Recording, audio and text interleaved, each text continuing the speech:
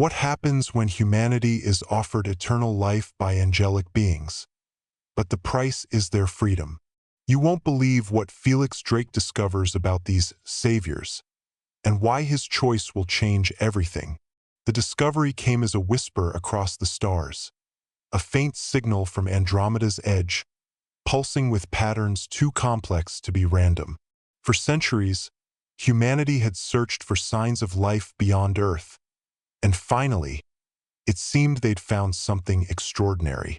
Felix Drake stood aboard the Elysium Dash, staring out at the shimmering blue orb suspended against the void. His heart raced not just from excitement but from dread. He'd spent years studying philosophy, pondering questions about morality, freedom, and purpose. Now, those abstract concepts were about to collide with reality. As the ship descended through the planet's atmosphere, Felix gripped the railing tightly. The surface below gleamed with crystalline spires jutting into lavender skies streaked with golden light. It was breathtakingly beautiful, almost otherworldly. But beauty often masked danger, didn't it? He turned to Lyra Santos, the mission's lead colonist. Her sharp features softened slightly as she met his gaze. "You look like you're expecting trouble," she said dryly. "Trouble has a way of finding me," Felix replied, forcing a smile. They landed in a clearing surrounded by towering silver trees whose leaves hummed softly, as though alive. Within moments, figures emerged from the haze, beings unlike anything humanity had ever seen. They were tall, radiant, and humanoid, with feathered wings that shimmered like liquid moonlight.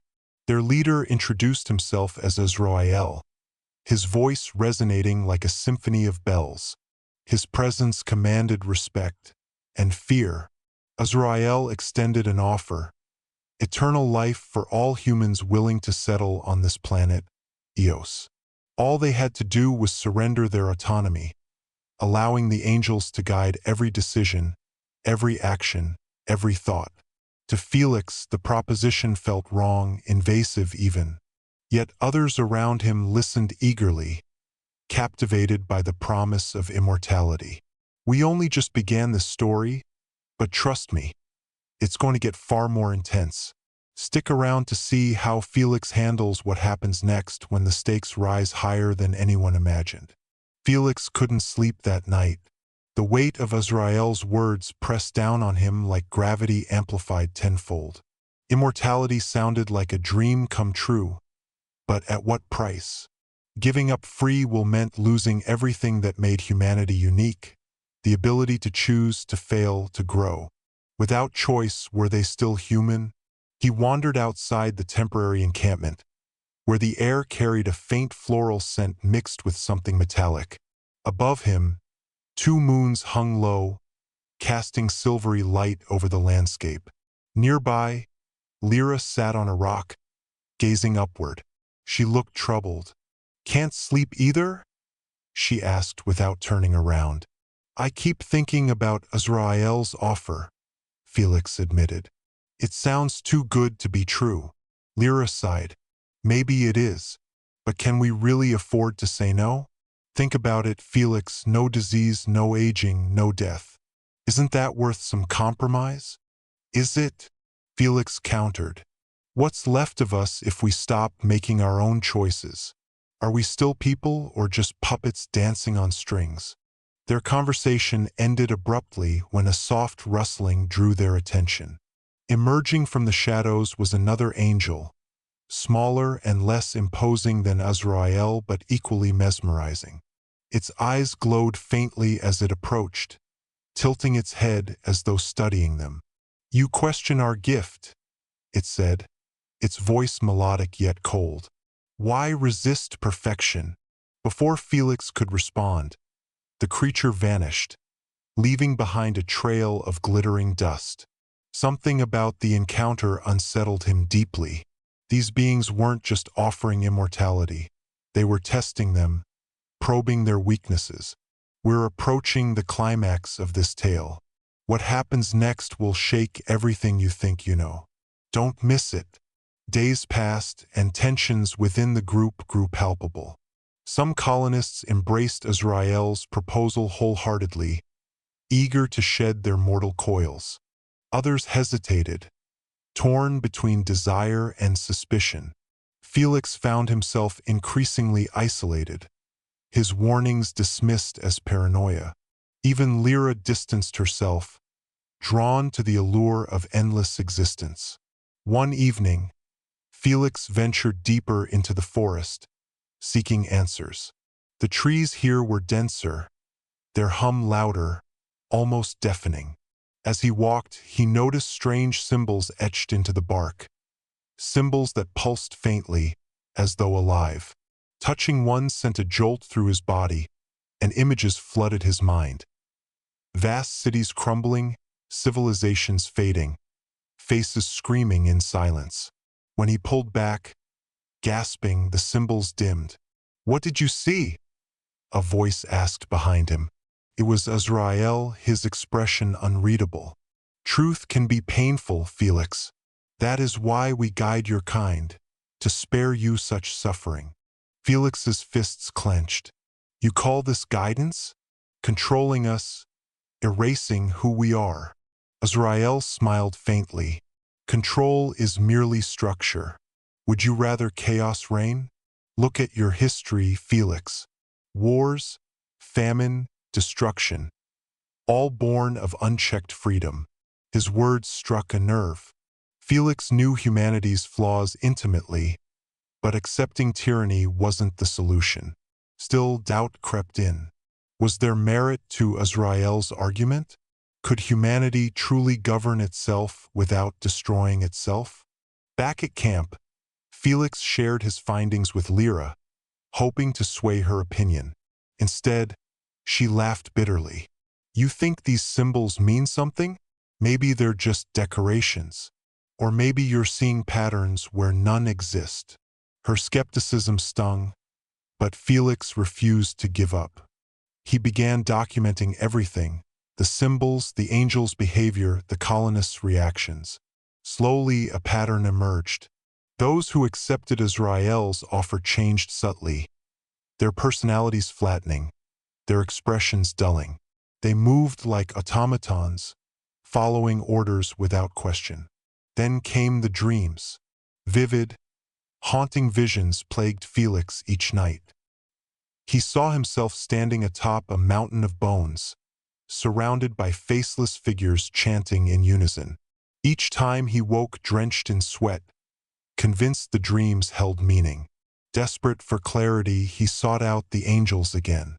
This time, he confronted Azrael directly. "What are you doing to my people?" he demanded. Azrael regarded him coolly. "We are saving them.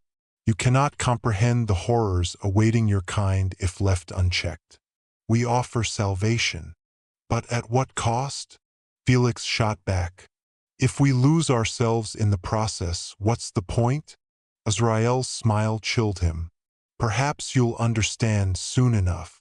The confrontation with Azrael left Felix shaken but more determined than ever. He couldn't shake the feeling that the angels were hiding something far darker than their polished promises suggested.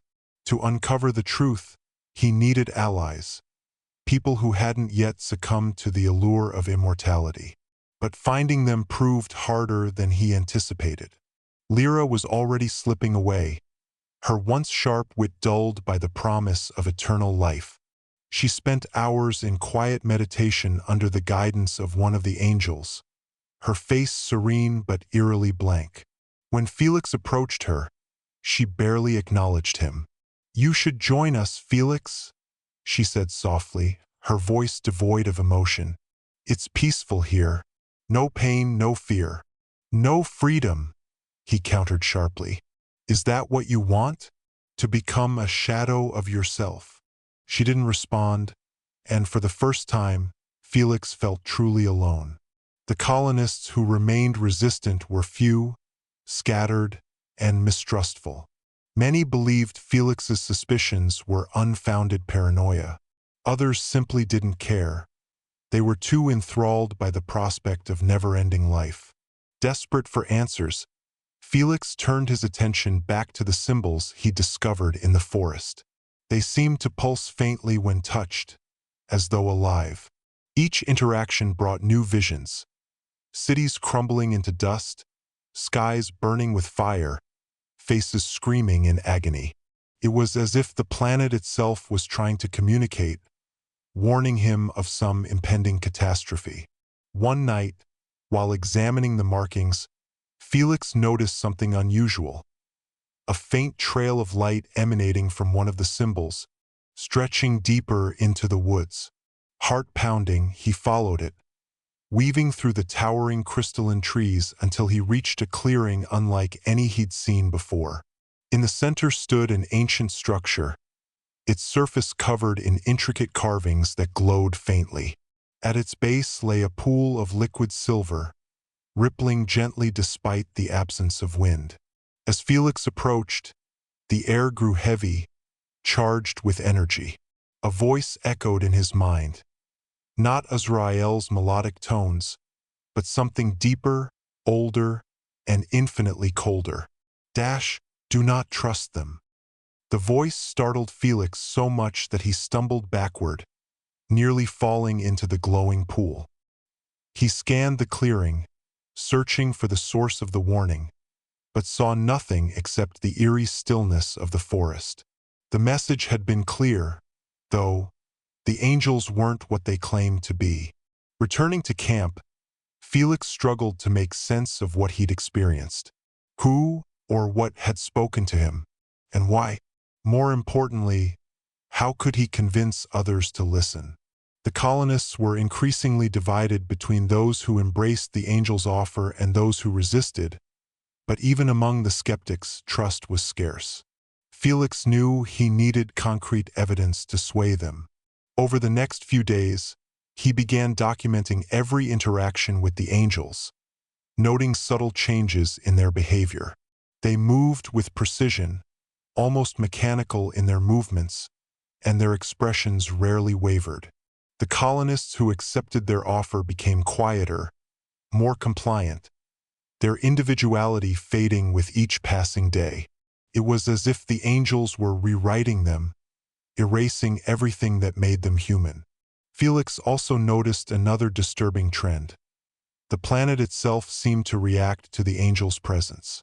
The humming of the trees grew louder, almost deafening, whenever the beings drew near. The ground trembled faintly, and the air crackled with static electricity. It was as if Eos itself was resisting their influence, but how? Determined to learn more, Felix ventured back to the clearing with the ancient structure.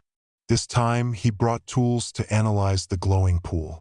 As he dipped a sensor into the liquid, the surface rippled violently, and images flooded his mind once again. He saw the angels not as benevolent saviors but as conquerors, harvesting civilizations across the galaxy, stripping them of their free will before abandoning them to decay. When Felix returned to camp, his resolve hardened. Whatever these beings were, they weren't offering salvation, they were enslaving humanity. But proving it wouldn't be easy. The weight of Felix's discovery pressed down on him like a physical force.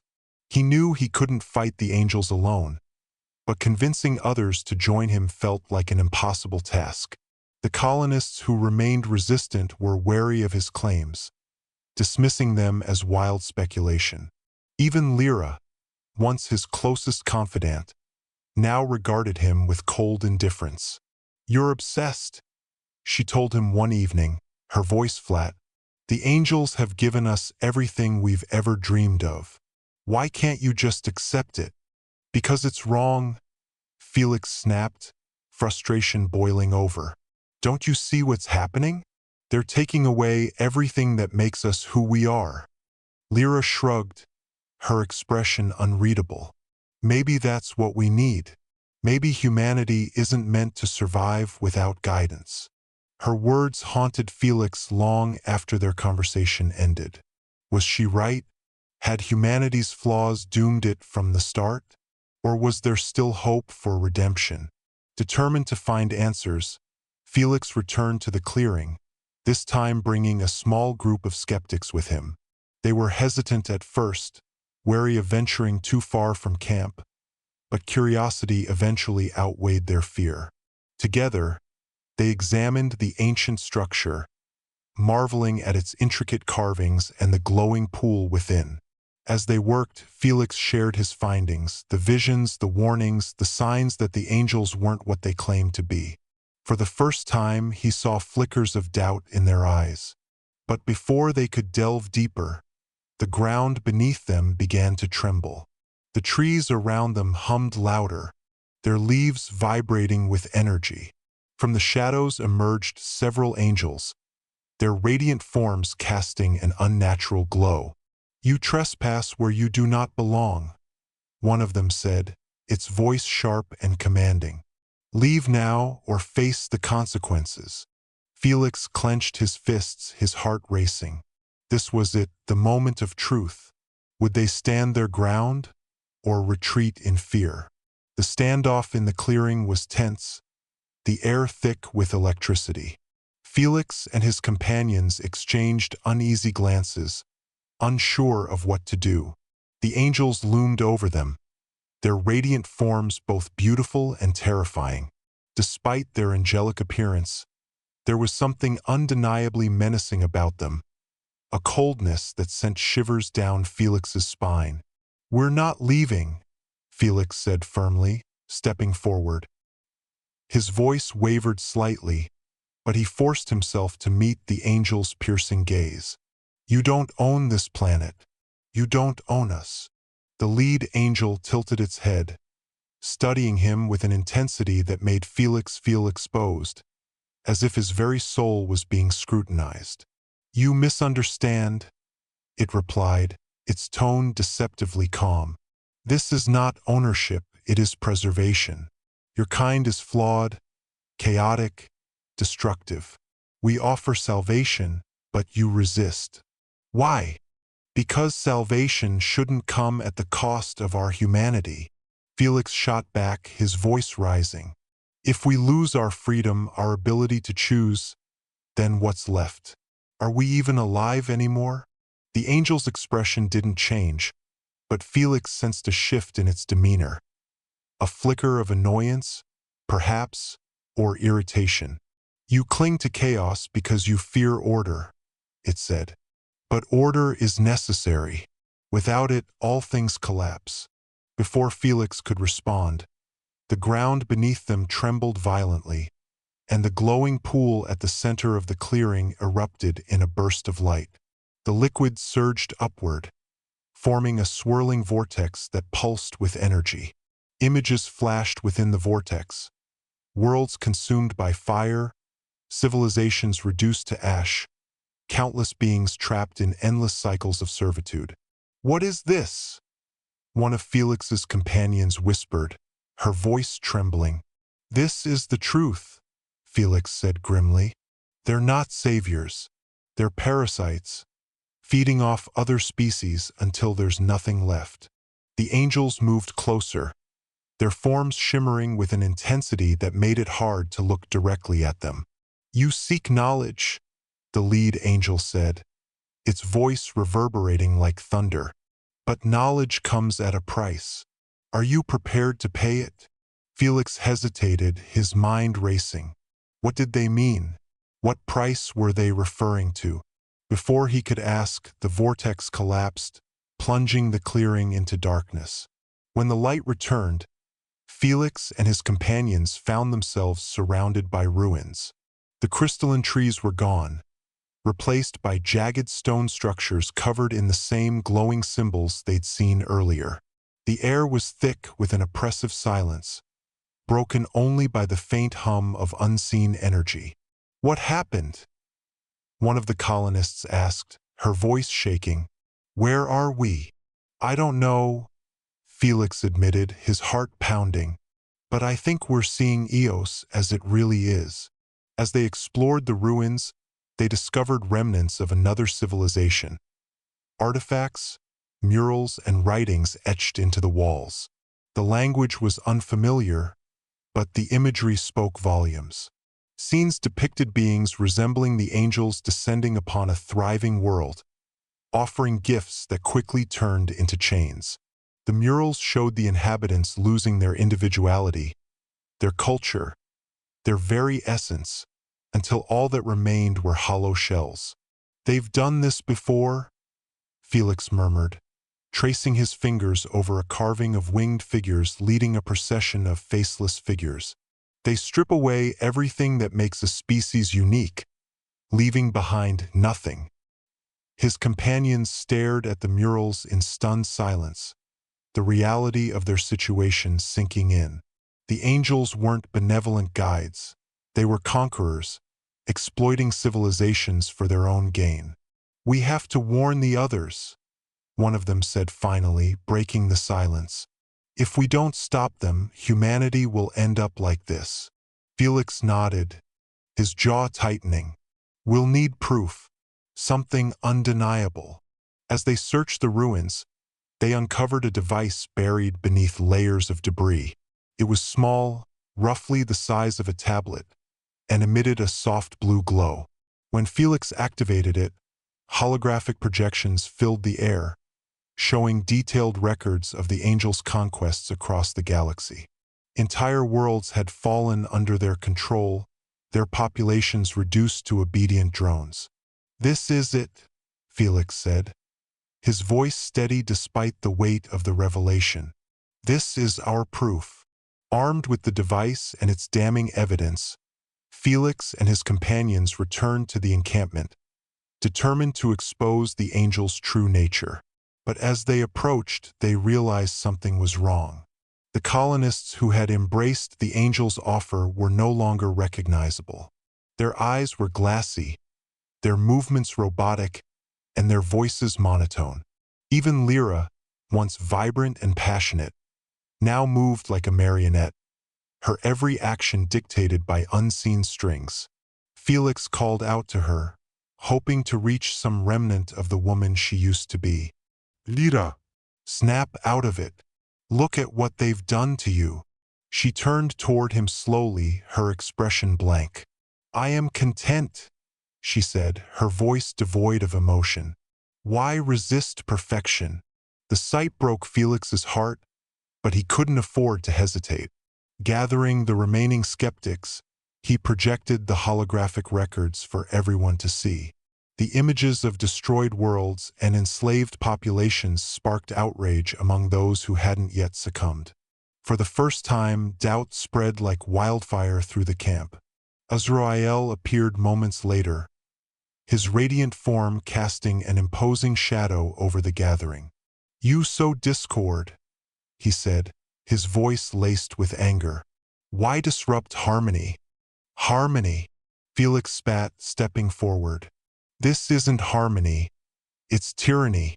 You're stealing their souls, turning them into slaves." The angel's expression darkened, and the air grew heavy with tension. "Very well," he said coldly. "If you reject salvation, then you leave us no choice." With a wave of his hand, the ground beneath them split open, revealing a chasm filled with writhing shadows.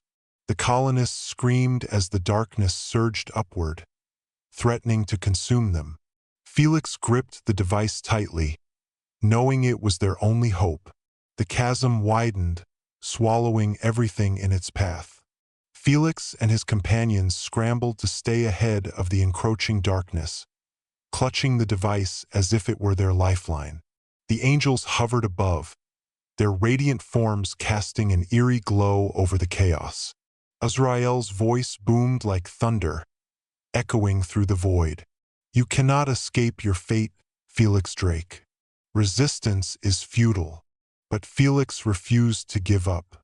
He activated the device again, projecting the holograms into the sky. The images of conquered worlds and enslaved populations illuminated the heavens, exposing the angels' atrocities for all to see.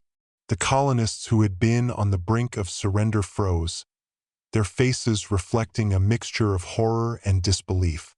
"You lied to us," one of them shouted, his voice cracking with rage. "You're monsters." Azrael's expression shifted subtly, a flicker of unease crossing his otherwise serene features. "Ignorance is bliss," he said, his tone clipped. "Your kind cannot handle the truth." "Then maybe it's time we learned," Felix retorted, his voice steady despite the chaos around them. "You've preyed on our fears, our desires, but we won't let you destroy us." The ground continued to crumble, forcing Felix and his allies to retreat further. They reached the edge of the encampment where the forest began. Behind them, the angels descended, their forms shimmering with an intensity that made it hard to look directly at them. Felix knew they were running out of time. "We need to overload the device," he said urgently, addressing his companions. "It's our only chance to disrupt their control." "How?" one of them asked, panic creeping into her voice. "I don't know," Felix admitted, "but we have to try." Working frantically, Felix and his companions dismantled the device, rerouting its energy pathways in an attempt to amplify its output. The process was risky, potentially catastrophic, but they had no other options. As they worked, the angels closed in, their radiant forms casting long shadows over the forest floor. "Hurry!" one of the colonists urged, glancing nervously over his shoulder. "They're almost here." Felix's hands moved with practiced precision, his mind racing as he pieced together the makeshift modifications. Sweat dripped down his forehead, and his heart pounded in his chest. Finally, with a sharp click, the device came online, emitting a blinding burst of light that illuminated the entire area. The angels recoiled, their forms flickering like faulty holograms. For the first time, Felix saw uncertainty in their eyes, a crack in their otherwise impenetrable facade. "What have you done?" Azrael demanded, his voice tinged with alarm. "This is for every world you've destroyed," Felix said, his voice resolute. "For every soul you've stolen. It ends here." The device's energy surged, creating a feedback loop that destabilized the angels' connection to the planet. One by one, their forms began to dissolving into streams of light that faded into nothingness. The colonists who had been under their influence blinked in confusion, their eyes regaining clarity as the mental shackles fell away. "It's over," Felix whispered, collapsing to his knees as exhaustion overwhelmed him. In the aftermath of the battle, the colonists gathered to assess the damage. The encampment was in ruins, and many of them bore scars, both physical and emotional, from their ordeal. But there was a newfound sense of unity among them, a shared determination to rebuild and move forward. Lyra approached Felix, her steps hesitant. Her eyes, once dull and lifeless, now sparkled with emotion. "I remember," she said softly, her voice trembling. "I remember everything." Felix nodded, offering her a weary smile. "Welcome back." As they worked together to salvage what remained, Felix couldn't help but reflect on the events that had transpired. Humanity had faced its darkest hour and emerged stronger, not through the promise of immortality, but through the resilience of its spirit. Free will, flawed as it was, had proven to be their greatest strength. But the victory came at a cost. The planet itself seemed to mourn the loss of the angels, its once vibrant landscape now muted and barren. The humming of the trees had ceased, replaced by an unsettling silence. Felix wondered if Eos would ever recover, or if they had traded one form of oppression for another. Days turned into weeks as the colonists worked tirelessly to restore their settlement. The planet remained eerily quiet, its beauty diminished but not entirely lost. Felix spent much of his time studying the device that had saved them, hoping to unlock its secrets and understand the true nature of the angels. What he discovered chilled him to the bone. The device wasn't just a record of the angels' conquests. It was a map, detailing countless worlds still under their control. Entire civilizations trapped in cycles of servitude, unaware of the chains binding them. The realization weighed heavily on Felix. They had won their freedom, but countless others remained enslaved. "We can't just leave them," Felix said during a meeting with the colonists. "We have a responsibility to help." Some agreed, their resolve strengthened by their own experience. Others were hesitant, fearing retaliation from the angels. "We barely survived last time," one of them argued. "How can we possibly take on an entire empire?" "We don't have to fight them alone," Felix replied. "We'll start small, spreading awareness, planting seeds of rebellion. Freedom begins with knowledge." Though the road ahead was uncertain, Felix felt a renewed sense of purpose. Humanity had endured its trial by fire, and now it was time to rise, not as conquerors but as liberators. Months passed, and the colonists transformed their settlement into a beacon of hope. Using the device, they broadcast messages to nearby star systems, sharing the truth about the angels and offering guidance to those seeking freedom. Slowly but surely, resistance movements began to form, united by a common goal: to reclaim their autonomy. Felix stood on a hill overlooking the settlement, watching as the first ships arrived carrying refugees from liberated worlds. Their faces bore the scars of struggle, but their spirits burned brightly with determination. Among them was a young girl who approached Felix shyly, holding out a small flower. "For you," she said, her voice barely above a whisper. "Thank you for fighting for us." Felix accepted the flower, his throat tight with emotion.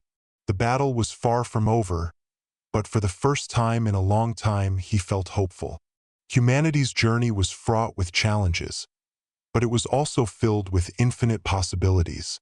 As the sun set over Eos, painting the sky in hues of gold and crimson, Felix allowed himself a moment of peace. The road ahead would be difficult, but they had taken the first step. Together, they would forge a future defined not by fear or oppression, but by courage and freedom. And so, the story of Felix Drake became legend, a tale of sacrifice, resilience, and the unyielding pursuit of liberty.